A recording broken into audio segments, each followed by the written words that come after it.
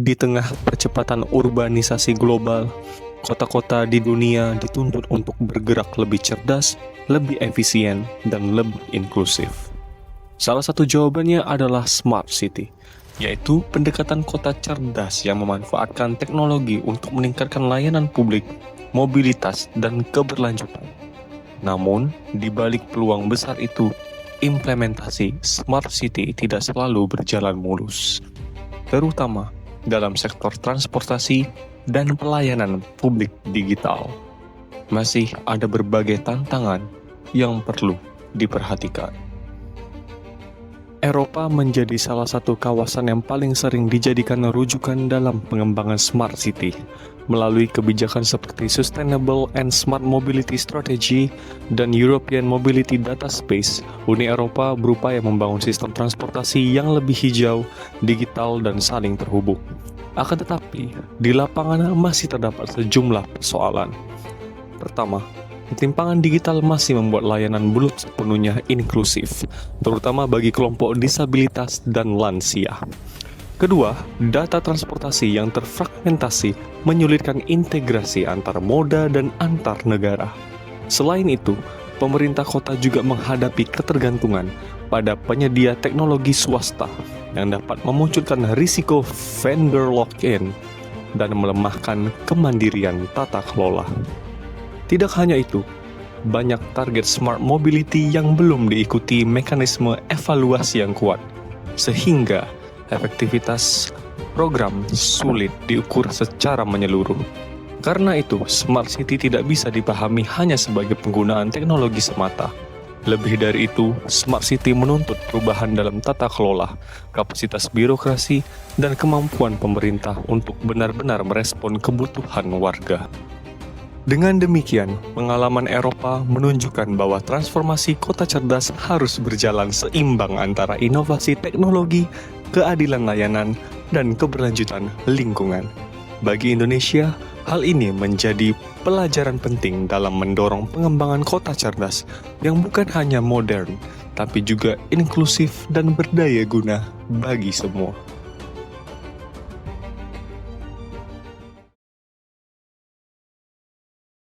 Fauzan Bastanya, ST, MSc ini yang sedang menekuni fokus di transportasi perkotaan Bapak ya. Kami ucapkan selamat siang Bapak. Benar kan Pak di sana masih siang Pak ya? Ya masih siang. Benar Pak ya. Oke, Bapak, pertama-tama kami ingin mengucapkan terima kasih yang sebesar-besarnya karena sudah meluangkan waktunya untuk kami yang dalam hal ini membantu sebagai narasumber untuk memenuhi laporan tugas kami di mata kuliah studi kawasan Eropa. Jadi Bapak, kami sebenarnya mengambil tema mengenai Smart Mobility Bapak, Smart Mobility dan inovasi pelayanan publik digital, yang mana kami setelah memahami itu kami ingin mencoba mendapatkan informasi ataupun wawasan terkait komparasi implementasi Smart City-nya di kawasan Eropa Bapak. Dalam hal ini kami meyakini bahwasanya Bapak dapat membantu kami sebagai narasumber untuk memenuhi jawaban-jawaban dari laporan topik kami ini Bapak. Jadi riset yang bukan riset sebenarnya Pak, tapi laporan ya. Laporan sedang kami susun ini fokusnya ke Smart Mobility dan inovasi pelayanan publik digital.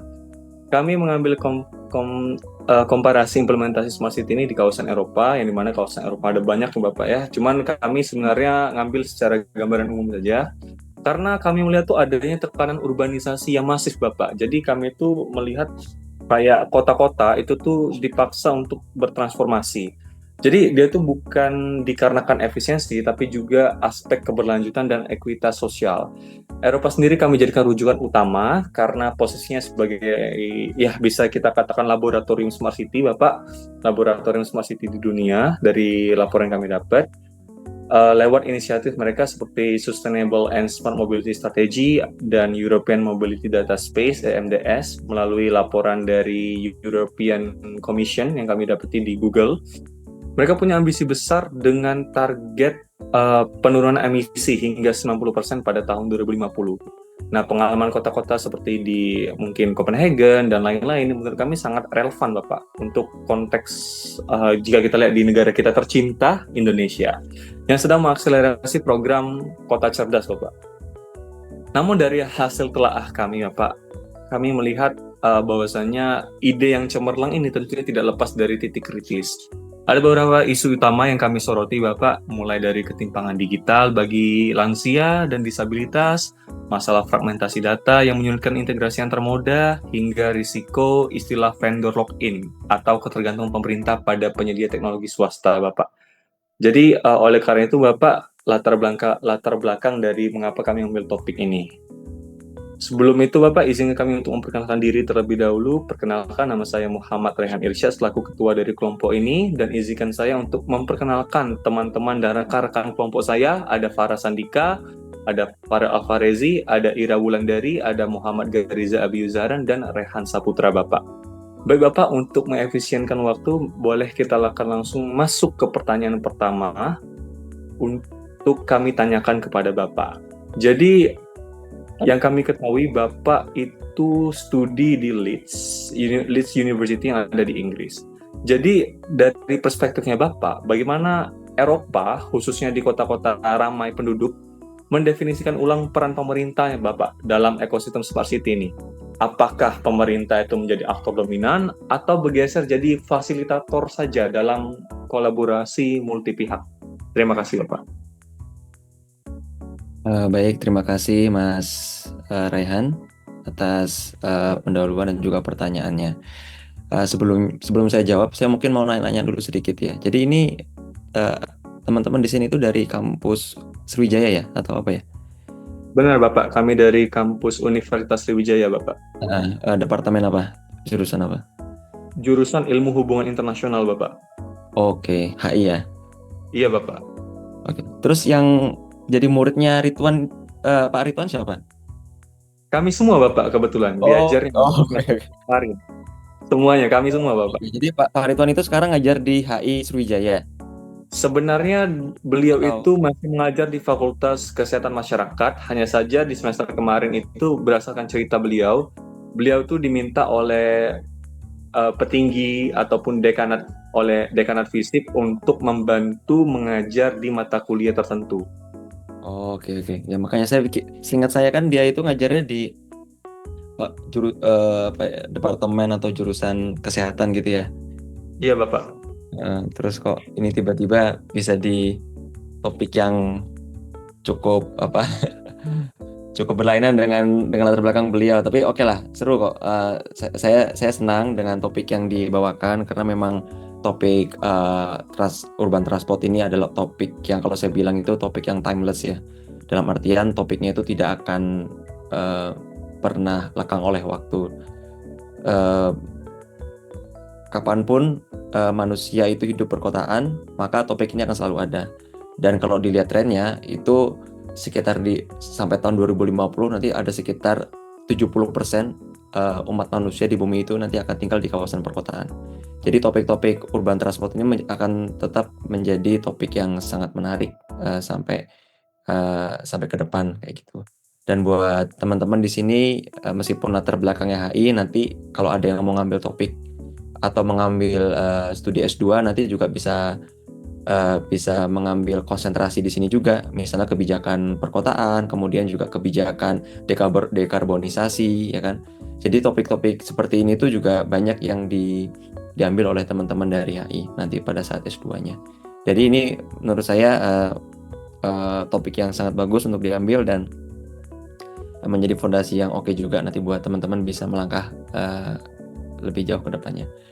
Terkait pertanyaan yang pertama ini saya sambil buka file juga ya. Jadi kan pertanyaan nomor pertama adalah bagaimana peran pemerintah di kawasan Eropa khususnya terkait pengembangan ekosistem Smart City. Nah, pemerintah kota di Eropa itu tentunya sekarang bisa kita banyak juga baca di literatur bahwa mereka itu tidak berperan sebagai aktor tunggal, melainkan bergeser sebagai fasilitator atau kolaborator. Yang dimana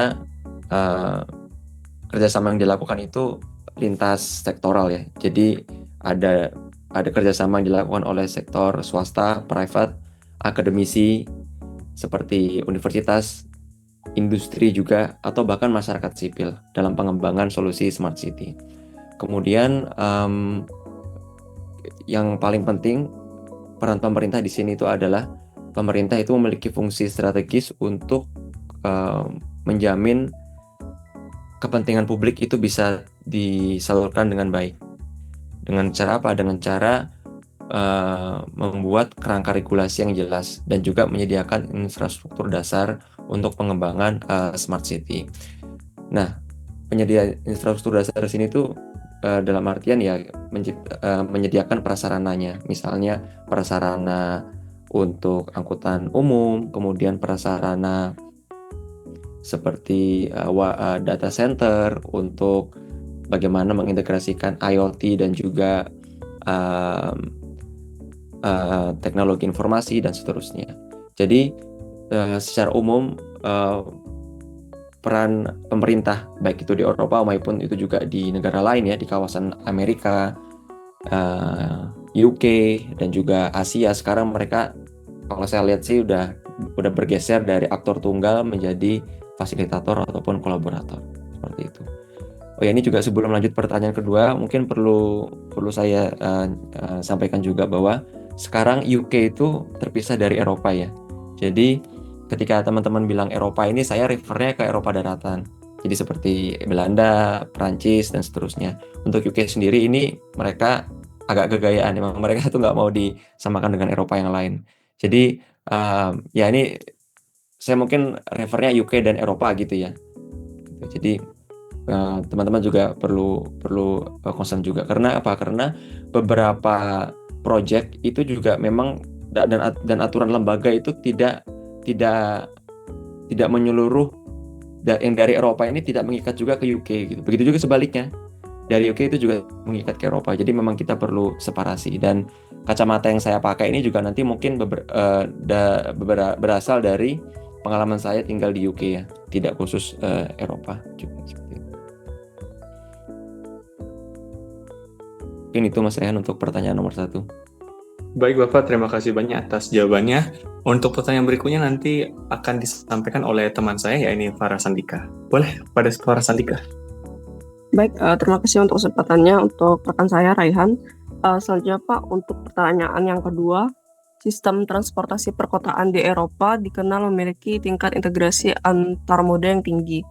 Nah, menurut Bapak sendiri, kira-kira faktor institusional dan kebijakan apa yang paling krusial yang memungkinkan keberhasilan tersebut? Dan mengapa hal itu masih sulit direplikasi di banyak negara berkembang termasuk Indonesia? Soalnya kan kita juga tahu kalau misalnya pelayanan publik dan juga regulasi di negara-negara Eropa itu memang kalau misalnya dibandingkan dengan Indonesia memang agak kurang. Tapi kalau misalnya kita jadikan kebijakan maupun regulasi transportasi di Eropa itu sebagai acuan untuk Indonesia, itu kira-kira bagaimana? Terima kasih. Oke, terkait lesson learn berarti ya. Lesson learn apa yang bisa dipelajari dari tingkat integrasi antar moda yang tinggi di Eropa, khususnya transportasi perkotaan, itu setidaknya ada 3 kunci yang menjadi senjata utama dari negara di kawasan Eropa, UK, dan juga mungkin kawasan-kawasan lain dalam rangka meningkatkan integrasi antar moda. Yang pertama itu adalah adanya kerangka kebijakan yang kuat dan terintegrasi. Itu di semua level, dari level nasional, kemudian turun ke provinsi lah gitu, dan juga tingkat kota seperti itu. Nah, kerangka kebijakan ini itu diatur di tingkat, kalau di Indonesia mungkin harusnya di tingkat kementerian begitu ya. Kemudian dari tingkat kementerian nanti turun ke tingkat dinas perhubungan provinsi dan juga dinas perhubungan kota atau kabupaten seperti itu. Nah, ini perlu ini dulu, karena ini apa? Karena ini menjadi nanti panduan bagaimana program-program pemerintah itu akan berjalan. Seperti itu. Kemudian yang kedua, kuncinya adalah standarisasi dan standarisasi sistem antar moda dan negara. Nah, standarisasi ini juga penting. Ini juga lebih ke teknis juga ya. Misalnya, kalau di negara Eropa itu kan jaringan keretanya itu terkoneksi dari barat, dari Perancis sampai ke timur, misal dari Perancis sampai ke Hungaria misal. Itu jaringan keretanya bisa terkoneksi. Kenapa? Karena ada standarisasi. Standarisasi apa? Standarisasi prasarana infrastrukturnya. Jadi relnya itu lebar relnya itu sama. Misalnya saya kurang tahu persis ya. Katakanlah 1,435 meter gitu ya. Jadi lebar relnya dari Prancis sampai Austria itu sama. Sedangkan di Indonesia itu kalau teman-teman tahu lebar rel di Jawa sama di luar Jawa ya. Saya lupa di Sumatera atau di Sulawesi itu beda. Jadi kalau misalnya nih kita ada mimpi untuk menyatukan jalur rel dari Sumatera ke Jawa itu nggak bisa karena lebar relnya aja beda kayak gitu. Kenapa? Karena tidak terstandarisasi. Nah, ini salah satu contoh bagaimana pentingnya standarisasi itu harus dilakukan. Itu baru dari segi infrastruktur ya, fisik. Belum lagi nanti standarisasi pelayanan, standarisasi pengelolaan data dan seterusnya. Ini penting. Kemudian yang ketiga yang tidak kalah penting itu adalah investasi yang berkelanjutan, baik itu dari segi fisik dan juga non fisik. Nah, investasi ini penting untuk apa ya? Untuk berjalannya program-program integrasi antar moda ini, baik itu di infrastruktur fisiknya dan juga non fisiknya. Kalau fisiknya tadi mungkin saya ceritakan contohnya adalah di rel ya. Kalau non fisiknya ya lebih ke mungkin infrastruktur digitalnya. Bagaimana nanti pemerintah dan juga operator transportasi publik itu bisa mengelola data-data penumpang, data-data perusahaan, kemudian nanti bagaimana mereka bisa mengelola misalnya revenue dari tiket, revenue dari iklan yang ada di stasiun, kayak iklan-iklan di reklame stasiun gitu kan. Itu kan juga menjadi arus pendapatan dari operator juga seperti itu. Nah, kemudian dari listener itu kira-kira apa kesulitan kalau misalnya kita mau replikasi di Indonesia ya. Nah, ini kalau dari pengalaman saya juga yang pernah dulu sempat bekerja di berbagai proyek di Kementerian Perhubungan, itu ada siapa? Ada Om sama Tante ya. Jadi beberapa kendalanya itu yang pertama adalah ada dua sih teman-teman. Yang pertama itu adalah kurangnya koordinasi antar lembaga. Saya pernah menangani integrasi antar moda di Jabodetabek sama Kementerian Perhubungan. Di sana itu saya banyak banget mendapatkan masukan dan juga cerita dari teman-teman yang kerja di sana bahwa dulu bagaimana caranya mereka itu bisa mengintegrasikan antar moda di Jabodetabek, dari Jakarta ke Bekasi, Jakarta ke Depok, Jakarta ke Tangerang, itu luar biasa. Kenapa? Susahnya itu karena ini sudah antar lembaga dan antar daerah kan, udah lintas daerah. Jakarta punya sistemnya sendiri, Dinas Perhubungan Bekasi punya aturannya sendiri, Tangerang juga punya aturannya sendiri, Depok juga punya aturan sendiri. Nah, tapi kemudian ada namanya lembaga yang bernama BPTJ, Badan Pengelola Transportasi Jabodetabek, yang itu menjadi bypass untuk koordinasi antar lembaga dan daerah tersebut. Nah, ini contohnya Jabodetabek itu menjadi salah satu pilot project yang oke banget untuk menangani keterbatasan koordinasi antar lembaga. Nah, ini juga harapannya bisa dilakukan juga adanya lembaga yang memayungi ya.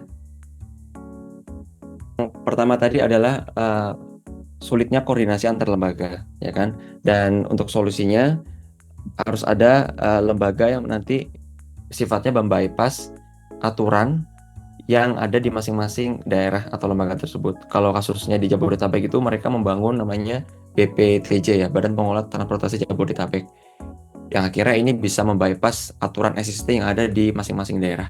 Nah, ini juga kemudian sempat mau dibawa juga lembaga serupa itu di wilayah-wilayah aglomerasi yang ada di luar Jabodetabek, seperti Kartamantul. Kartamantul itu Yogyakarta, Sleman, Bantul.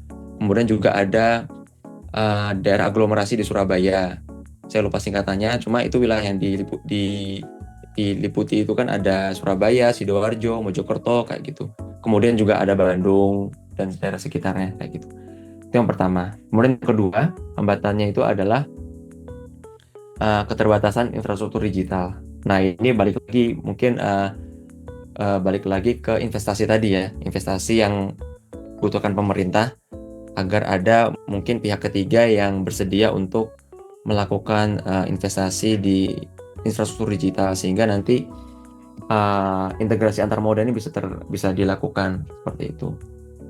Karena bagaimanapun juga kalau kita mau melakukan integrasi ini kita butuh sekali apa itu yang namanya integrasi informasi dari masing-masing layanan transportasi itu, dari kereta, kemudian juga bis, kemudian juga yang lainnya lah seperti itu. Mungkin dua itu sih untuk tantangan kalau kita mau mengembangkan integrasi antar moda di Indonesia, Mbak Farah. Baik, terima kasih untuk jawabannya Pak Faza. Berarti ada beberapa kunci untuk peningkatan integrasi antar moda, terutama yang bisa kita lihat situasinya di Indonesia saat ini juga. Baik, mungkin selanjutnya bisa kita alihkan langsung ke pertanyaan ketiga yang akan disampaikan oleh rekan kami, Rehan Saputra. Silakan. Baik, terima kasih atas kesempatan dan waktunya, Farah. Mungkin kita lanjut ke pertanyaan ketiga, yaitu inovasi pelayanan publik digital seperti apa yang paling berhasil Bapak amati di Eropa, dan apa hambatan terbesar yang dihadapi negara-negara di kawasan tersebut dalam mengimplementasikannya secara merata? Karena kita tahu inovasi-inovasi ini pasti nggak mungkin bisa diimplementasi secara langsung dan merata gitu. Mungkin bisa dijelaskan Pak, bagaimana Bapak mengamatinya? Oke, inovasi pelayanan publik digital ya. Berarti ini juga tidak hanya terkait transportasi atau masih fokus transportasi ya?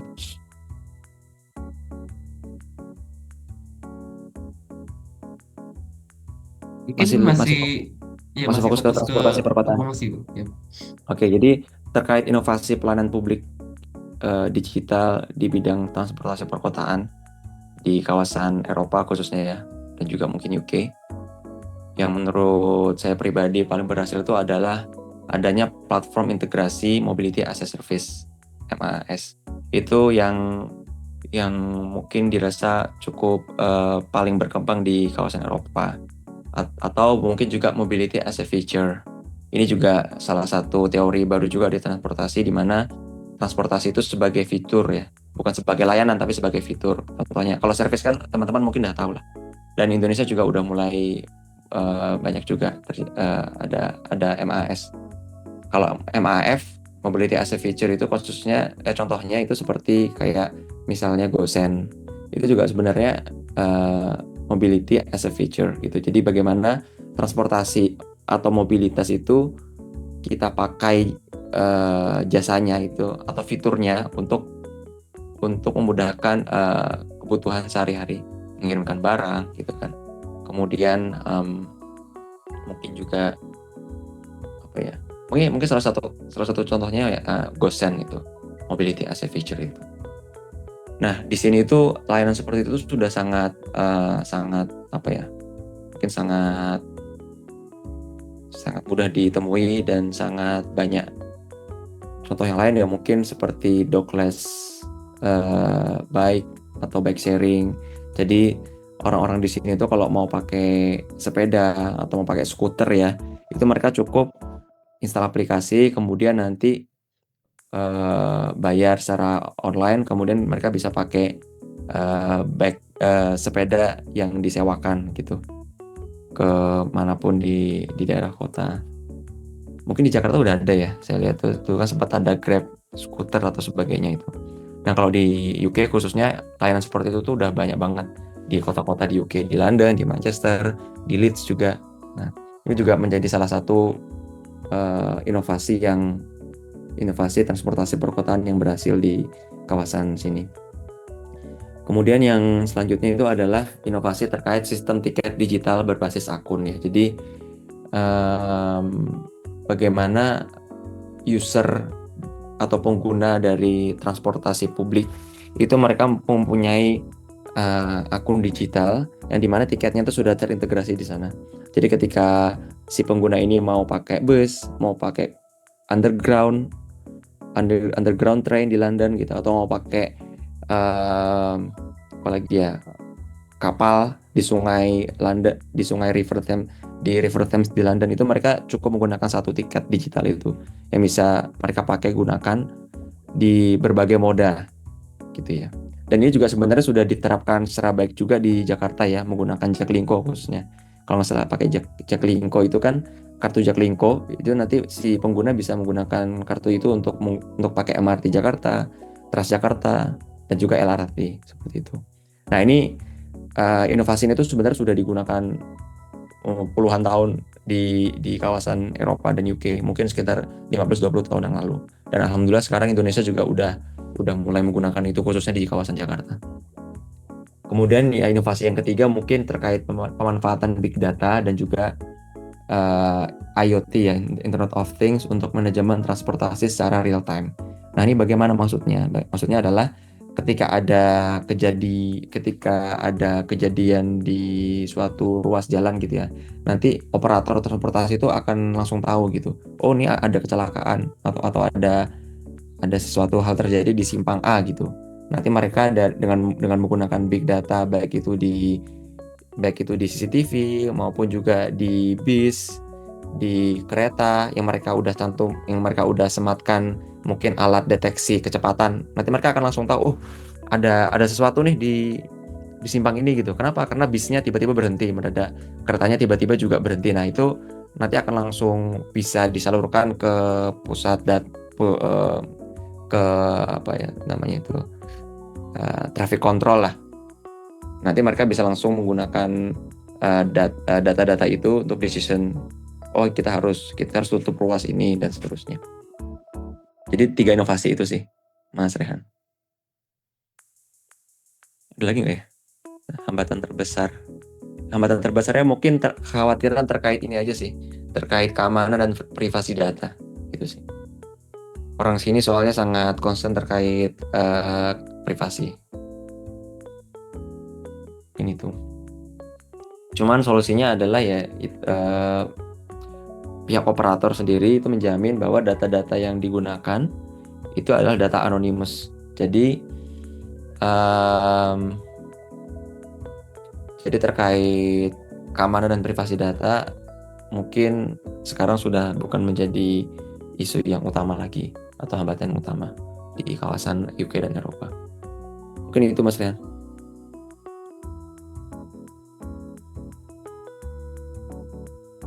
Oke, baik. Terima kasih Pak atas jawabannya, sudah sangat jelas. Mungkin untuk pertanyaan selanjutnya akan Cepat sembuh dilanjutkan. juga ya, kayaknya lagi pilek ya.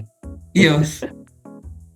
Boleh, ini bakal dilanjut sama rekan saya Ira. Saya lagi meeting ya saya. Boleh nggak Pak?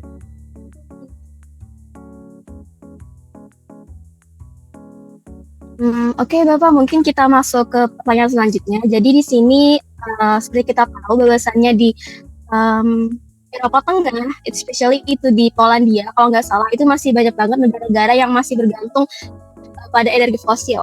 Nah, especially mereka kan lagi ngadepin tekanan besar untuk mendekarbonisasi sektor transportasinya. Nah, menurut Bapak itu sendiri, apakah kebijakan transportasi hijau di Eropa ini benar-benar udah inklusif bagi seluruh lapisan masyarakat, atau malah ini justru berpotensi dapat menciptakan ketimpangan baru, misalnya bagi para kelompok yang berpendapatan rendah yang nggak mampu mengakses kendaraan listrik atau layanan mobilitas digital lainnya, gitu Bapak. Oke. Ya itu benar sekali Mbak Ira. Jadi untuk kebijakan dekarbonisasi transportasi di Eropa, kemudian bagaimana kebijakan ini tuh mendorong warganya untuk beralih ke moda transportasi hijau ya, khususnya kayak EV seperti itu ya. Ini memang terjadi ketimpangan di mana negara-negara yang mungkin memiliki GDP per kapita yang tinggi seperti negara-negara Skandinavia, sebutlah Norway, Finland, Swedia, Iceland, kemudian Jerman, Belanda. Ini memang negara-negara yang cukup mudah untuk mengakomodir program ini, di mana warganya itu sangat proaktif untuk mengganti moda transportasi yang sebelumnya ICE ya, internal combustion engine, menjadi electric vehicle. Karena mereka mempunyai kemampuan untuk beralih ke moda-moda tersebut. Namun untuk beberapa negara Eropa yang mungkin GDP per kapitanya tidak setinggi negara-negara tadi, itu memang agak lambat agak lambat untuk shiftingnya ya, dari berbahan bakar fosil ke energi listrik. Kemudian itu yang pertama. Jadi ketimpangannya itu terkait kelompok berpenghasilan tinggi dan juga berpenghasilan rendah untuk mengakses kendaraan listrik khususnya ya. Kemudian untuk terkait kalau kita berbicara inklusivitas, itu berarti kan kita juga berbicara terkait lansia dan juga penyandang disabilitas ya. Nah, ini khususnya bagaimana mereka mengakses layanan mobilitas digital.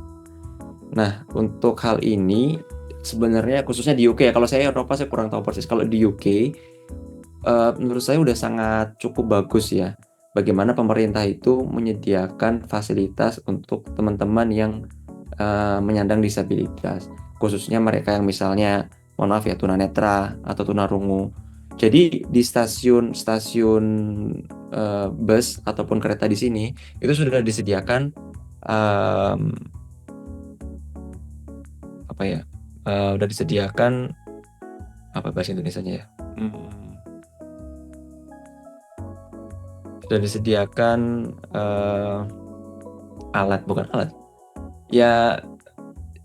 sistem informasi yang untuk mengakomodir mereka ini. Jadi misalnya untuk sistem informasi kedatangan bus, itu nanti teman-teman yang tunanetra itu bisa mengetahuinya dengan cara mencet bel. Jadi dengan mencet bel itu nanti akan ada suara, oh bis nomor 5 akan datang 5 menit lagi, seperti itu. Oh bis nomor 10 akan datang 10 menit lagi. Jadi mereka itu sudah akan tahu, oh ini bel gitu, dan nanti ada huruf braille-nya, seperti itu. Kemudian untuk teman-teman yang disabilitas, misalnya kakinya atau teman-teman harus pakai kursi roda, itu juga sudah sangat difasilitasi, di mana ada fasilitas ramp di semua titik transportasi di kereta ataupun di bis gitu ya. Jadi teman-teman yang pakai kursi roda juga bisa mengakses stasiun ataupun terminal dengan nyaman, seperti itu.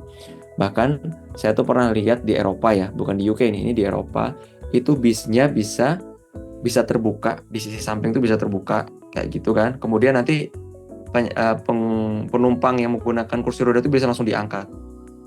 Ada mesinnya gitu. Keren banget lah. Jadi sebenarnya kalau dari segi bisnis ya, sebenarnya operator ini kan akan berpotensi untuk kehilangan mungkin 4 orang revenue ya. Karena apa? Karena space yang dimakan itu mungkin sekitar 4 atau 6 kursi gitu. Cuman ya karena memang ini mungkin sudah jadi standar dan juga regulasi di negara Eropa bahwa mereka harus inklusif, ya udah. Jadinya ada sekitar 4 atau 6 kursi itu dicabut, kemudian itu dipakai untuk penumpang dengan kursi roda bisa masuk ke dalam bis kayak gitu. Ini menurut saya wow banget sih. Bahkan di Inggris pun mungkin belum sampai seperti itu gitu. Tapi di Eropa udah wajar, udah sangat common, udah sangat biasa banget kayak gitu. Gitu sih. Mungkin itu Mbak Ira. Jadi yang pertama ketimpangannya itu terkait income, yang kedua terkait disabilitas. Mungkin semoga bisa dimengerti. Oke, makasih Bapak. Jawabannya benar-benar wow banget ternyata di Eropa saat ini. Mungkin untuk pertanyaan selanjutnya bisa disampaikan oleh teman saya satunya, itu Riza. Silakan Riza. Oke, thank you Ira. Sebelumnya izin Bapak ya, izin mengajukan pertanyaan. Jadi kalau misalnya kita mengacu kepada laporan yang sudah kami temukan di riset yang mencatat bahwa ketergantungan dari kota-kota Eropa pada platform teknologi swasta dalam layanan Smart City, mulai dari sistem digital hingga platform data mobilitas, menimbulkan resiko vendor lock-in, yang dimana itu mengancam kedaulatan data publik. Ini by the way ini dari European Parliament Bapak datanya. Jadi menurut pandangan Bapak, gimana pemerintah Eropa mengelola tegangan antara inovasi berbasis swasta dan kepentingan publik dalam tata kelola kota yang cerdas, Bapak? Oke, tentunya dari pihak pemerintah dan juga vendor atau operator ya, dalam hal ini mungkin swasta, mereka pasti ada memiliki agreement bagaimana terkait kerangka regulasi data agar risiko vendor lock-in ini bisa diatasi seperti itu. Misalnya dengan cara open standard atau standar terbuka gitu kan. Kemudian juga adanya transparansi dalam kerjasama antara pemerintah dan juga sektor swasta. Lalu saya kurang tahu persis terkait ini ya, karena memang ini kan mungkin dapurnya mereka ya, dapurnya kerjasama antara pemerintah dan swasta. Mungkin tapi teman-teman mungkin bisa nanti melihat salah satu contoh kalau di Eropa itu ada yang namanya European Mobility Data Space. Jadi di sana itu nanti memuat terkait kerangka regulasi data antara pemerintah dan juga vendor gitu. Jadi nanti mungkin teman-teman bisa memperkaya laporannya dari website itu, nanti bisa dibaca di European Mobility Data Space. Mungkin tak ketik di chat ya, nanti bisa di follow up infonya. Oke. Nah, mungkin itu sih Mas Gariza. Oh, baik Bapak, terima kasih. Tahu persis ya terkait ini ya. Oh iya, nggak apa-apa Bapak. Terima kasih atas insight-nya Bapak. Dan pertanyaan selanjutnya akan segera diambil alih oleh rekan saya. Silahkan, Farel.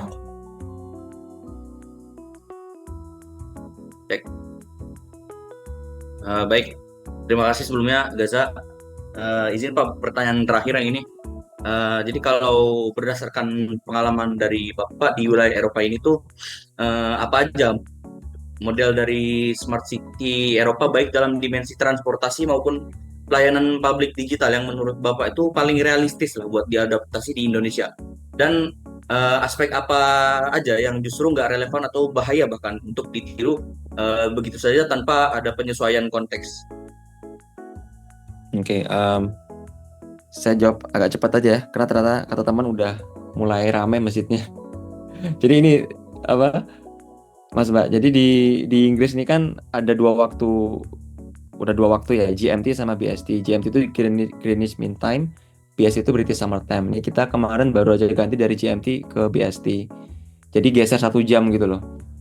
Nah, jadi waktu sholatnya tuh juga akhirnya kita geser-geser gitu. Jadi untuk waktu Jumatannya juga masih adaptasi ini, kira-kira jam 2 apa jam 1. Sebelumnya jam 1 mulainya. Sekarang udah jam 1.15. Cuman menurut info jam 2 katanya. Nah, tapi kata teman yang udah ke masjid ini udah penuh. Jadi saya mungkin agak cepat aja untuk pertanyaan nomor 6 ya. Mungkin ini karena udah terakhir juga. Aspek yang bisa diterapkan. Oke, yang pertama mungkin adalah pendekatan kolaboratif multi stakeholder atau multi lembaga. Yang tadi mungkin sempat saya singgung juga ya, khususnya untuk di Jabodetabek itu bagaimana adanya pendekatan multi stakeholder atau lintas lembaga untuk penyediaan layanan transportasi, sehingga bagaimana masing-masing lembaga di masing-masing daerah itu nanti bisa berkoordinasi dalam menyediakan layanan transportasi yang terintegrasi dari segi fisik. Jadi rutenya terintegrasi, dalam artian teman-teman dari Bekasi itu bisa ke Jakarta langsung tanpa perlu ada ganti moda, atau juga integrasi di sisi informasinya, penjadwalan, dan juga pembayaran seperti itu. Kemudian yang kedua adalah integrasi layanan transportasinya yang berbasis digital. Ini juga penting. Ini bisa melalui website ataupun mobile app dan seterusnya lah. Yang terakhir mungkin ada juga perlu ada pengembangan platform data mobilitas yang terpusat, sehingga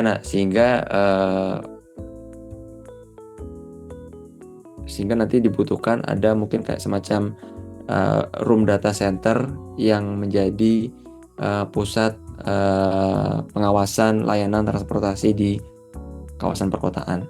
Kalau teman-teman nanti ke Jogja dan ngambil kuliah di UGM misal, itu di Departemen Teknik Sipil, biasanya nanti untuk kuliah lapangannya ada ke Dinas Perhubungan Yogyakarta.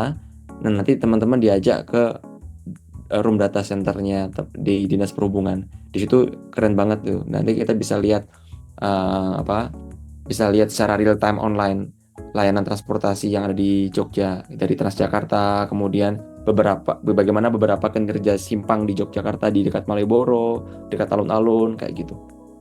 Seperti itu sih. Jadi perlu ada data mobility center yang terpusat seperti itu. Kemudian aspek yang tidak relevan atau berbahaya ditiru. Mungkin yang paling berbahaya adalah bagaimana kalau kita itu implementasi teknologi tanpa kesiapan infrastruktur dan SDM-nya. Itu yang paling penting sih. Yang terjadi di Indonesia itu paling sering adalah kita itu latah, pengen menerapkan teknologi dari luar negeri, tapi SDM-nya belum siap. Oke lah, infrastruktur siap ya. Infrastruktur kan mudah sekali, pemerintah tinggal bangun data center, misalnya bangun jalan, terus pengadaan bis, pengadaan kereta, tapi SDM-nya bisa nggak mengoperasikannya gitu. Terus kalau rusak, SDM-nya bisa nggak benerinnya, kayak gitu kan.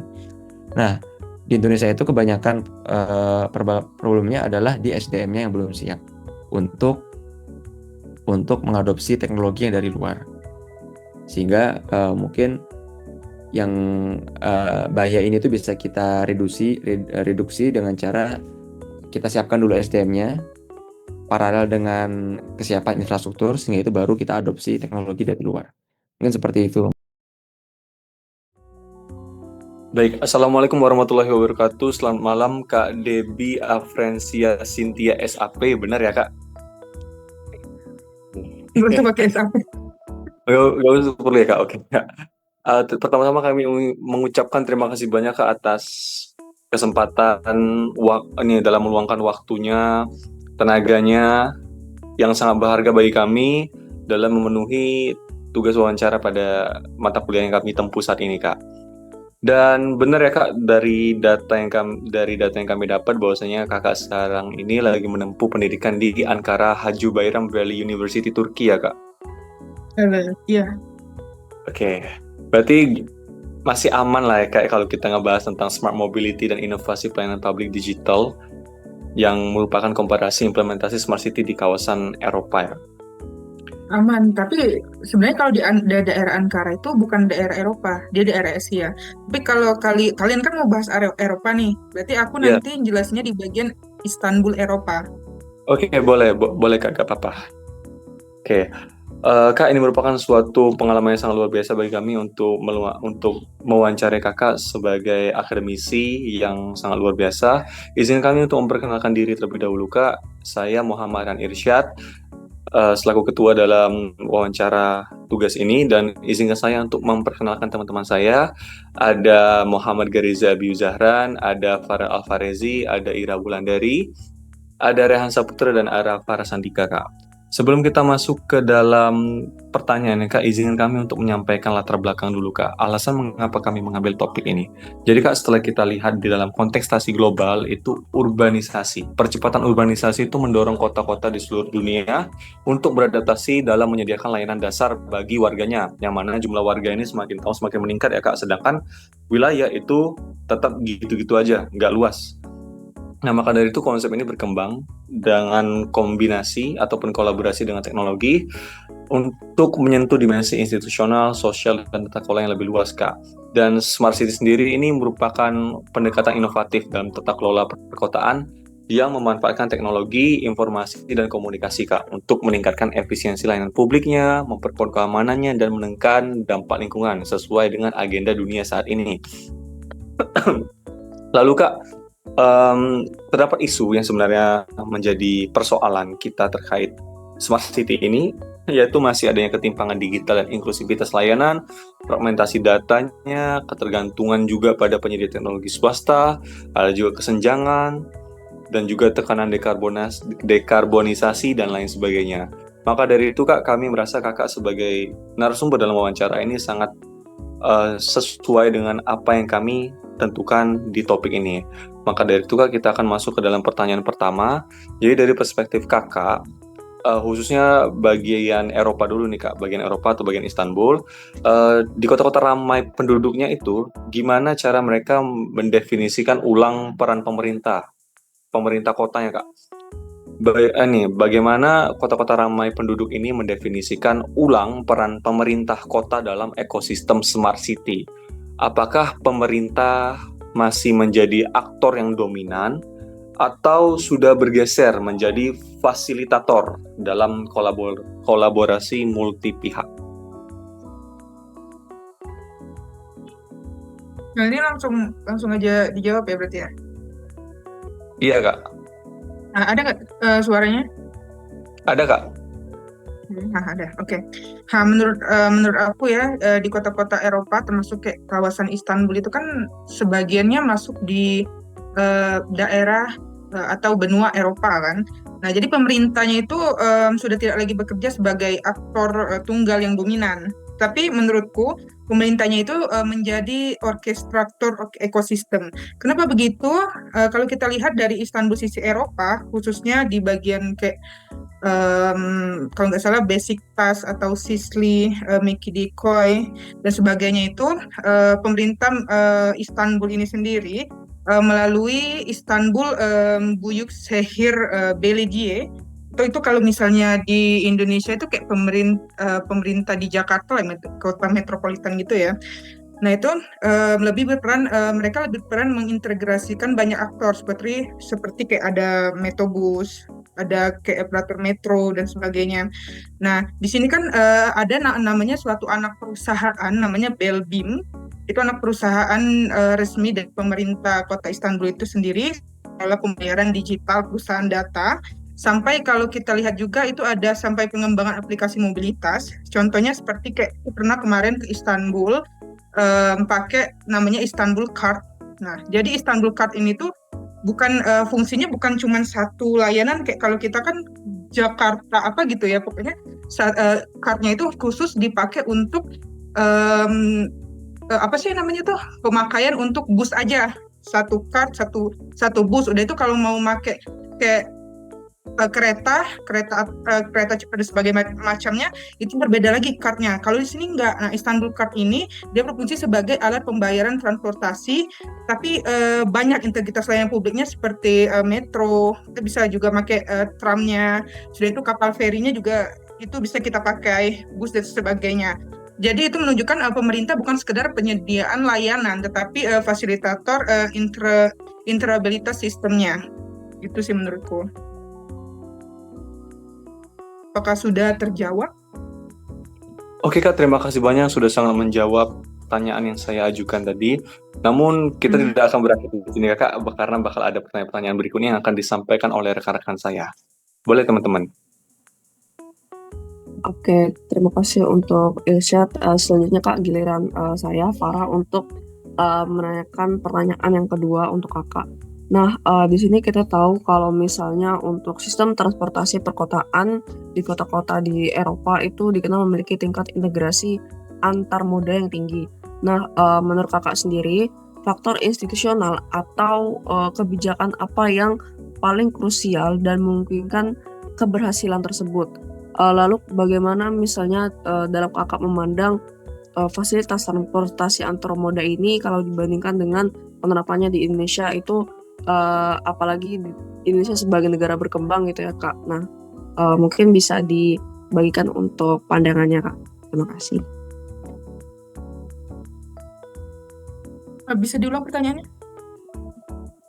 Pertanyaannya itu Kak, untuk transportasi perkotaan di Eropa, terutama transportasi antar moda itu memiliki tingkat integrasi yang tinggi. Nah, menurut kakak faktor institusional atau kebijakan apa di balik keberhasilan tersebut, dan apakah ini tuh memungkinkan untuk menjadi apa ya, seperti preferensi Indonesia sebagai negara berkembang gitu perkembangannya. Menurut aku ya, faktor paling penting itu ada di bagian kapasitas kelembagaan dan standarisasi datanya. Nah, di Istanbul kan, di Istanbul bagian Eropa ini kan kayak kita melihat bagaimana kayak kalau aku sendiri yang ngerasain kayak bagian Marmaray atau transportasi tram, ferry dan sebagainya itu. Nah, itu terhubung dalam satu sistem tiket dan informasi perjalanannya yang udah aku jelasin tadi kan. Nah, tapi warga tidak perlu berpikir per operator, tapi juga cukup berpikir perjalanan dari titik A ke titik B. Jadi kita nggak perlu lagi kayak, udah ini kita mau make terus nanti transformasi apalagi nih, kita bisa ngakses lihat di aplikasinya sendiri kan. Nah, jadi yang membuat ini berhasil itu yang pertama, contoh otoritas metropolitannya yang kuat. Yang kedua, satu standar pembayaran. Jadi tadi pakai Istanbul Card atau ada card-card yang lain kan. Nah, berbeda dengan Indonesia, kalau kita mau mengimplementasikannya ke Indonesia sendiri, menurutku bisa, tapi nggak bisa langsung kayak fotokopi gitu loh, kayak oh ini di daerah Eropa udah pakai kayak gini nih, tapi nggak bisa langsung di fotokopi. Kita juga harus melihat nih, apakah nanti kayak warganya sendiri tuh kalau kita pindah ke semuanya digital, mereka mau nggak apa kayak orang-orang lansia biasanya kan mereka kan gaptek tuh ya. Mereka bisa nggak nih disurvei dulu, jangan langsung kayak fotokopi langsung gitu, menurutku gitu sih. Udah menjawab belum? Atau mungkin ada yang harus dijelaskan lagi yang kalian belum jelas gitu dari jawabanku? Oke, mungkin sudah jelas sih Kak, karena tadi Kak juga udah ngejelasin soal bagaimana regulasi yang diterapkan gitu ya di sistem perkotaan transportasi di Eropa, dan juga kalau misalnya Indonesia itu emang agak sulit untuk diterapkan karena mungkin baik itu birokrasi maupun kesiapan pemerintah maupun masyarakatnya itu sendiri masih belum cukup proper kalau misalnya mau kita bandingkan dengan di perkotaan di Eropa. Oke, selanjutnya mungkin kita bisa langsung move ke next question Kak, yang akan diajukan oleh rekan kami Rehan. Silakan. Baik, terima kasih atas waktunya Farah. Jadi kita lanjut ke pertanyaan ketiga nih Kak. Nah, kira-kira dari yang Kakak amati, bagaimana inovasi pelayanan publik digital seperti apa yang paling berhasil menurut Kakak di Istanbul bagian Eropa? Dan kira-kira hambatan terbesar yang dihadapi di kawasan tersebut dalam mengimplementasikannya itu gimana Kak menurut Kakak? Menurutku kalau pengalaman aku ya, kayak aku melihat dari pengalaman aku pernah ke Istanbul itu sendiri, walaupun aku sebenarnya bukan mahasiswa di Istanbul. Mungkin kalau sekarang aku mahasiswa di Istanbul yang kayak benar-benar merasakan, kan beda kan. Nah, itu mungkin aku lebih kayak gini benar, ini benar. Nah, ini pengalaman aku aja, sekilas pengalaman. Inovasi yang paling berhasil itu di bagian integrasi smart tracking dan real-time passenger informasinya. Di wilayah Istanbul sendiri, di bagian Eropa itu kayak ada bagian Taksim, itu kan itu rame padat penduduk banget di bagian Taksim atau Mediko dan segala macam. Mereka itu sangat bergantung dengan sistem informasi mobilitas real time-nya. Karena mobilitas penduduknya itu kan sangat tinggi ya, kayak benar-benar kayak rame banget. Sudah itu penggunanya bisa melihat waktu kedatangan metro. Sudah itu juga kayak itu di aplikasi, kalau di Ankara sendiri kan itu namanya ada EgoJT. Aku nggak tahu tuh kalau di apa sih namanya itu di Istanbul. Mungkin Istanbul Card itu ada aplikasinya ya, di aplikasinya. Jadi mirip-mirip kayak EgoJT yang di Ankara itu. Kalau aku sepengalaman aku bisa kayak ngelihat ini kapan kedatangannya, keretanya kapan nih, 2 menit lagi. Dan misalnya juga tuh kira-kira kalau misalnya bis ya, kalau misalnya aku pakai bis nih, bisnya nih nggak datang nih, kita bisa lihat, kita bisa akses di aplikasi itu. Nah, itu juga kayak menurut aku juga tuh benar-benar aplikasi ini kayak alternatif banget, hampir secara instan. Dan juga menurut aku inovasi seperti yang sangat berhasil karena langsung menyelesaikan masalah warga yaitu ketidakpastian waktu perjalanan tapi hambatannya juga ada nih. Hambatan-hambatan terbesar untuk pemerataannya itu yang pertama itu ada kesenjangan infrastruktur digital antar distrik. Yang kedua juga ada literasi digital warga lansia atau migran. Jadi kayak warga-warga yang lansia yang memang gaptek ya, yang nggak ada smartphone dan segala macam, itu juga jadi hambatan sih menurutku. Dan yang terakhir itu ada ketimpangan kualitas internet dan device access. Menurutku gitu sih. Oke, terima kasih Kak sudah menjawab dari pertanyaan aku. Mungkin bisa lanjut ke pertanyaan berikutnya yang akan disampaikan oleh Saudari Ira. Silakan. Oke, thank you Rehan, dan juga thank you banget kakak kan udah bersedia buat diwawancarai pada malam di Indonesia malam hari ini.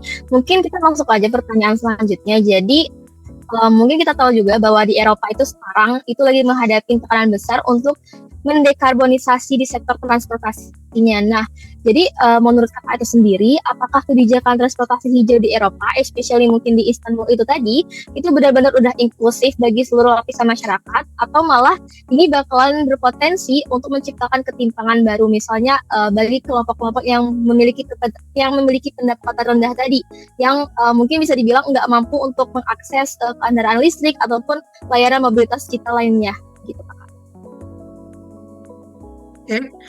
Secara normatif, kebijakan transportasi hijau, kalau aku research, aku sebenarnya jujur kurang ngerti ya ini ya pertanyaannya ya. Tapi aku udah kayak lihat si Farah juga udah ngirim kan jadwal pertanyaan, jadi sempat baca juga tadi dari jurnal-jurnal yang udah dibahaskan oleh mereka. Nah, secara normatif kebijakan transportasi hijau di Eropa ini memang masih progresif ya. Istanbul sendiri sudah bergerak ke arah Sustainable Urban Mobility Plan. Namun bisa aku lihat sendiri di sisi Istanbul Eropa itu, terutama di wilayah padat penduduk seperti daerah Fatih, itu tantangan khususnya masih terasa. Kayak kelompok berpendapatan rendah seringkali kayak yang pertama mereka tinggal lebih jauh dari stasiun metro atau utama, kayak benar-benar karena memang bagian-bagian kayak daerah-daerah yang daerah-daerah yang padat penduduk itu kan biasanya harga rumah dan segala macam kan lebih mahal kan.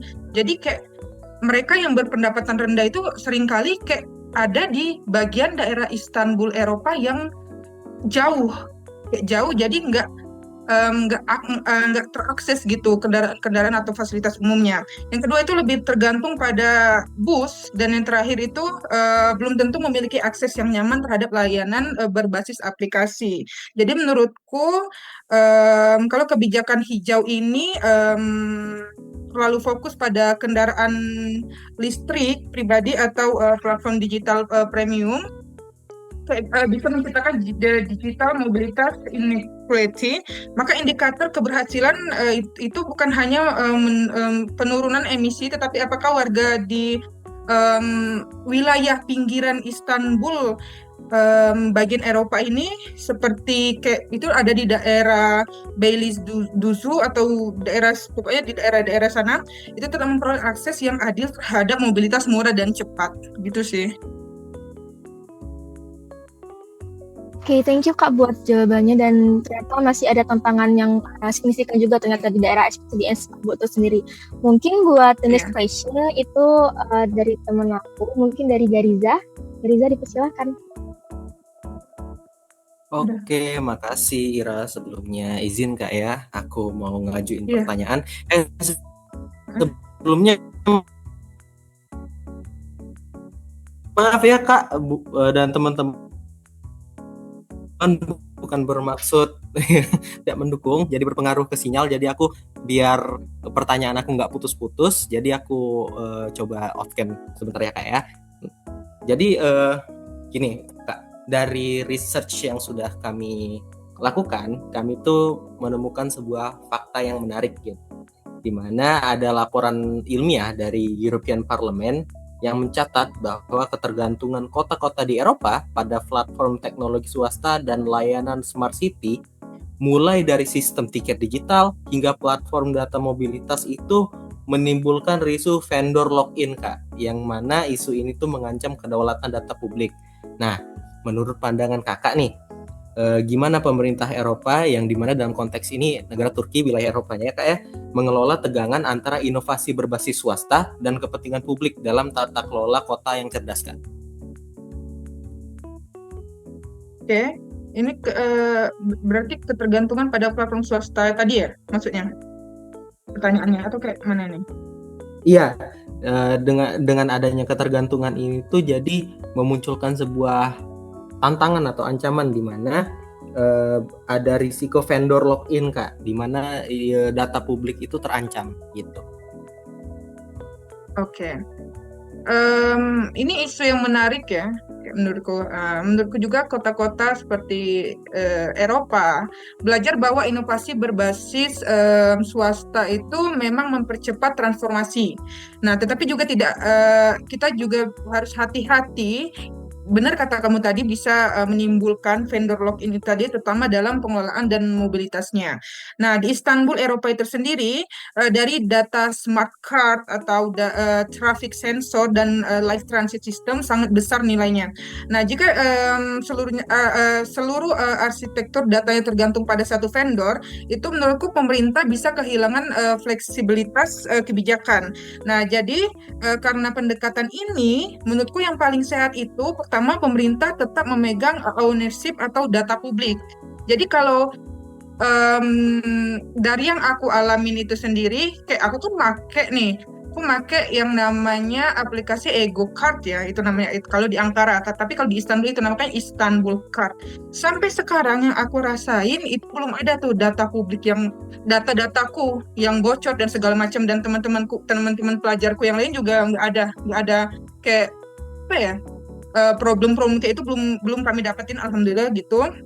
Jadi itu juga kayak vendor itu kan hanya sebagai penyedia solusi modular kan. Jadi pendekatan ini tadi sejalan dengan prinsip yang kata kamu tadi, European Mobility Data Space. Itu datanya itu kan harus portable.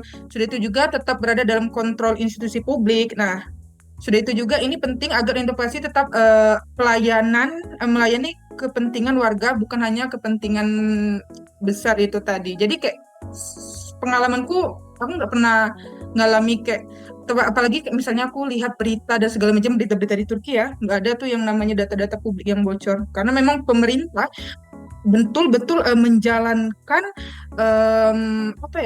menjalankan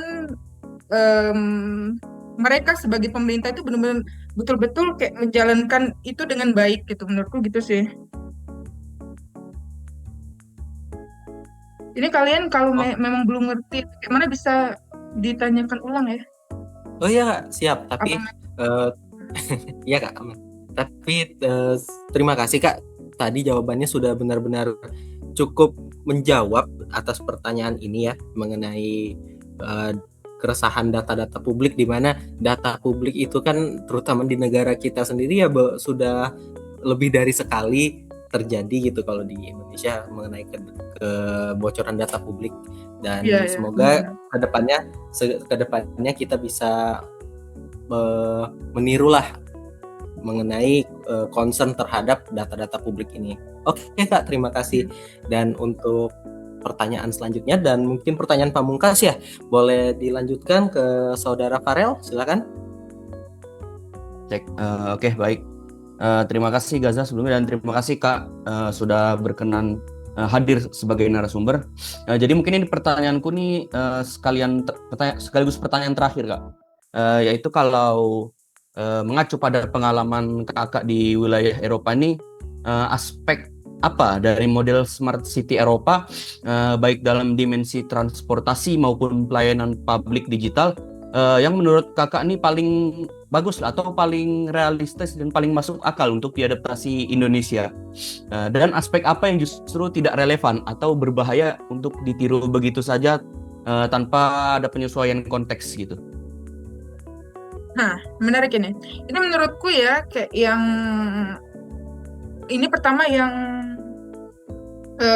apa sih yang paling realistis nih untuk ditiru di Indonesia, yaitu integrasi atau pembayaran kayak kataku tadi.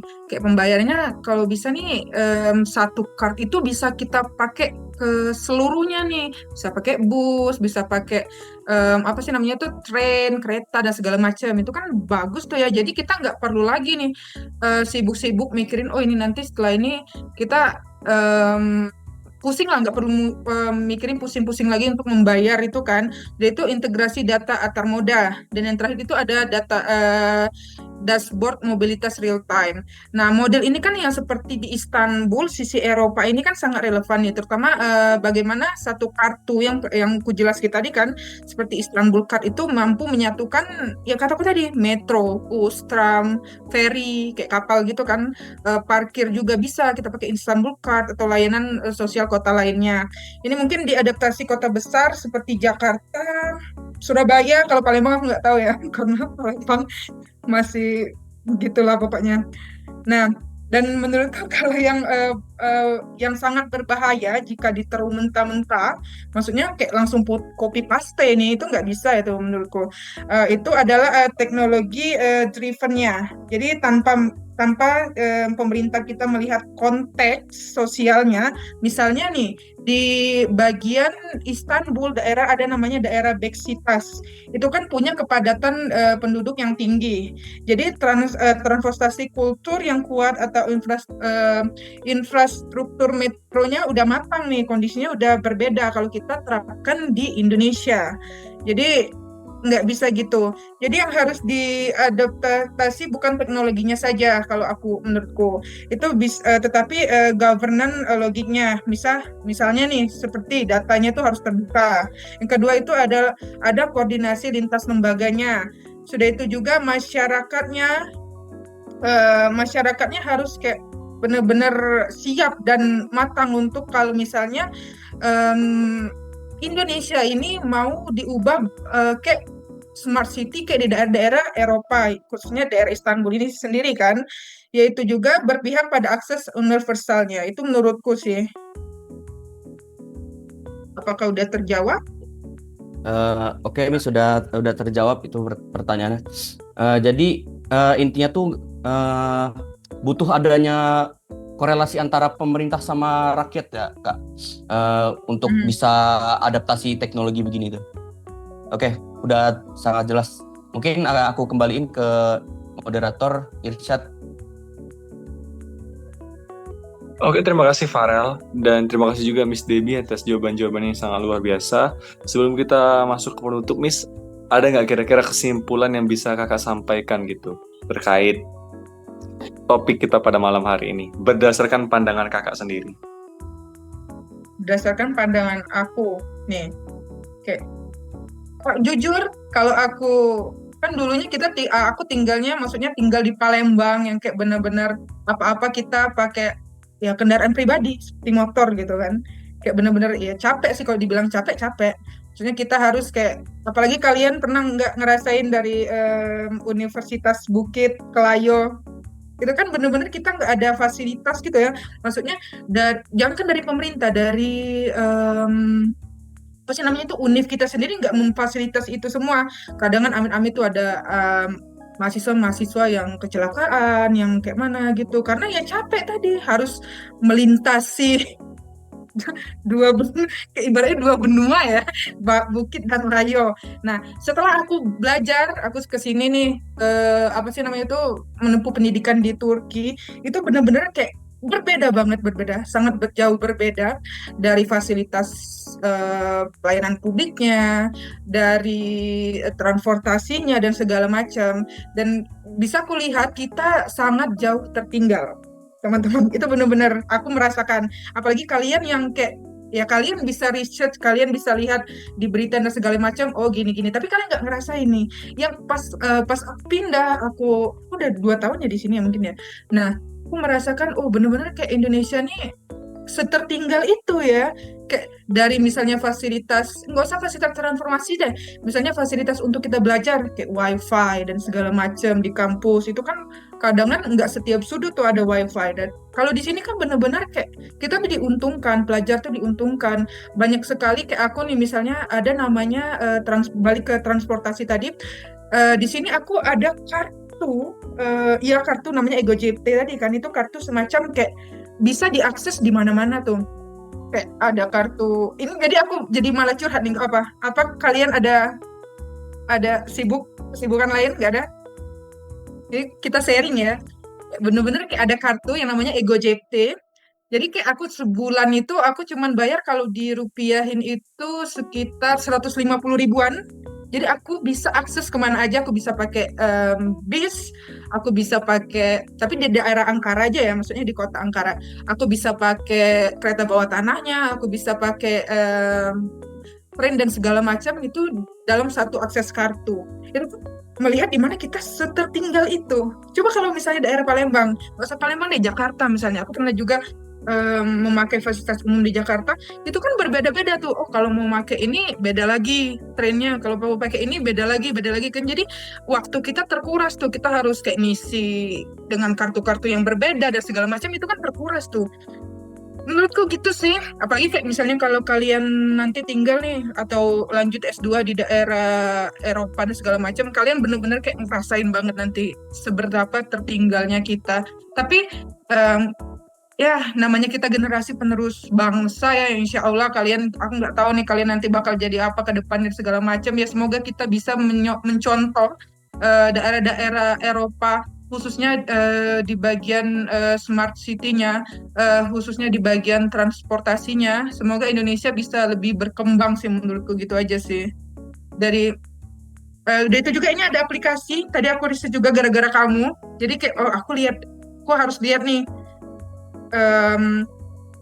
Aku nggak tahu di Palembang udah ada belum kayak mobil trafik gitu? Nggak ada? Ngomong aja, kok nggak ada yang ngomong sih? Belum ada, Kak. Belum ada ya? Belum ada. Di Palembang. Di Jakarta belum ya? Kayak bener-bener ini kalau di daerah Istanbul, ini aplikasi nggak kelihatan ya? Nggak Bener-bener kelihatan. aplikasi. Bentar ya.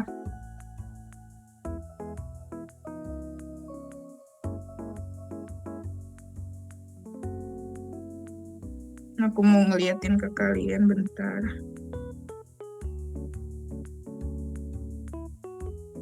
Nggak bisa. Pokoknya intinya ini kayak nggak bisa dilihat nih, nggak bisa. Nah, ini aplikasinya ini bener-bener namanya mobile traffic. Jadi kita bisa, mungkin daerah-daerah Jakarta atau Surabaya mungkin ada ya, tapi nggak sekonkret ini, nggak sedetail ini. Ini benar-benar misalnya kamu download aplikasi ini, kamu mau ke daerah mana, kamu bisa lihat kayak CCTV-nya langsung live. Kita bisa lihat CCTV-nya ini banyak traffic dan segala macam. Sudah itu juga trafiknya di mana aja, dan pokoknya benar-benar detail nih aplikasi. Seberapa tertinggal itu kan kita, nih lihat, kelihatan. Kalau CCTV Kak di Palembang sebenarnya ada, cuman memang dia terpisah gitu Kak. Kalau misalnya kayak Kak Debbie tadi bilang kan dia udah lengkap gitu, ada untuk traffic, terus CCTV dan lain sebagainya. Cuman kalau di Palembang tuh Pemkot sini cuman memberikan situs website gitu, situs yang mana kita bisa akses untuk CCTV di beberapa kawasan di Palembang, titik tertentu aja. Dan juga ada feeder Kak, namanya feeder juga. Baru tahu aku. Itu dari mana itu? Itu kan di Palembang sekarang kan udah ada LRT, terus juga udah ada kayak bis angkot kayak gitu jenisnya, tapi itu buat kayak transit dari feeder itu ke LRT gitu. Dan untuk LRT untungnya sekarang itu baru-baru kayak setahun ini itu udah ada yang kayak trafiknya bisa dilihat di aplikasi juga untungnya gitu. Jadi itu mungkin udah mencakup Palembang udah bisa gitu. Juga di LRT itu berartinya udah ada juga kartu gitu, kayak kartu buat transport LRT. Jadi itu kayak berlangganan gitu buat per bulannya gitu. Tapi sayangnya itu masih buat LRT aja sayangnya. Nggak bisa buat dipakai kayak transmisi kayak gitu. Benar-benar. Kalau di Istanbul itu sendiri, kayak aku kan juga di semester 2 ini ngambil mata pelajaran terkait teknologi gitu kan. Jadi aku juga sempat membahas dengan dosenku tentang kayak bagaimana aplikasi-aplikasi di perbedaan aplikasi di Indonesia dengan di Turki kan. Kalau di Turki ini kan benar-benar bagusnya itu kalau aku lihat mereka itu ada satu ED-Flat, namanya aplikasi ED-Flat. Jadi kayak kita bisa mengakses misalnya mau ke akses kesehatan atau akses transportasi, pelayanan publik segala macam. Jadi satu. Jadi kita nggak pusing nih. Kalau di Indonesia kan itu ada namanya, kita itu permasalahan itu adalah fragmentasi. Jadi benar-benar yang kayak banyak banget aplikasi. Jadi buat kita itu bingung gitu. Ini aplikasi kesehatan beda lagi, aplikasi transportasi beda lagi, kayak benar-benar banyak. Mungkin karena kita negara desentralisasi juga ya mungkin ya. Jadi gitulah pokoknya, aku juga bingung kenapa.